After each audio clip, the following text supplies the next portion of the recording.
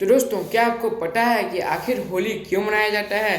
तो देखिए, एक हिरण्यकश्यप नाम का राक्षस था जो कि देवताओं से बहुत ज़्यादा नफरत करता था, ठीक है ना।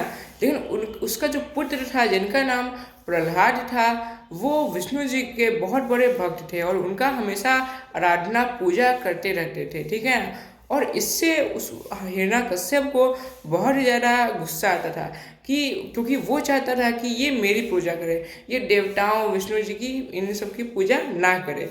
तो जिस कारण से उसने पहली बार तो समझाने की कोशिश की कि इसको अच्छा इसको समझा देता हूँ कि मैं तुम्हारा पिता हूँ।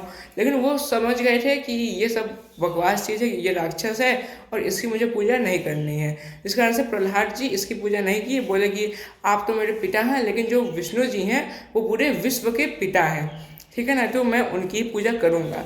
तो ये जो हिरण्यकश्यप था उसने सोचा कि ये तो मेरी बात मान नहीं रहा है, तो इसको मैं मार देता हूँ। तो उसने विभिन्न विभिन्न तरीकों से उस प्रहलाद जी को मारने की कोशिश की, ठीक है ना। जैसे कि उसने एक पहाड़ से प्रहलाद जी को फेंका ताकि वो मर जाए, लेकिन विष्णु जी की कृपा से वो बच गए।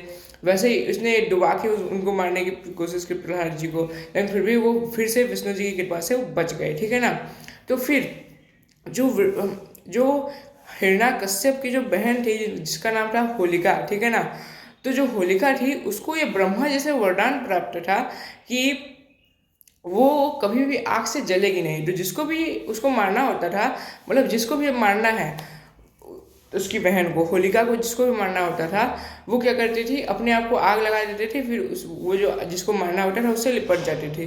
तो जो आदमी था वो तो भस्म हो जाता था जल के, लेकिन क्योंकि उसको आग से कुछ प्रभाव नहीं पड़ता था, तो इसलिए उसको कुछ नहीं होता था। प्रहलाद जी के साथ करने की भी कोशिश की, ठीक है ना। तो उसने अपने भाई के साथ मिलके एक लकड़ी का ढेर लगाया जिसके ऊपर वो और प्रहलाद जी बैठ गए, ठीक है ना। तो अब दोनों लोग बैठ गए तो फिर उसको जला दिया गया।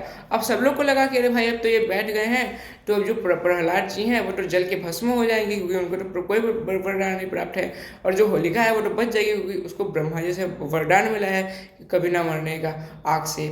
तो फिर लेकिन फिर सब लोग एकदम शौक हो गए क्योंकि जब जब आग बुझा तब लोगों ने देखा कि जो होलिका थी वो पूरा जल के भस्म हो गई थी और प्रहलाद जी का बाल भी बाका नहीं हुआ था, ठीक है ना। तो जिस कारण से प्रहलाद जी को सबसे बड़ा विष्णु भगवान का बहुत बड़ा भक्त माना जाता है इसीलिए, और उसके कारण ही होलिका दहन होता है और होलिका दहन के बाद उसके अगले दिन रंगों का त्यौहार होली होता है।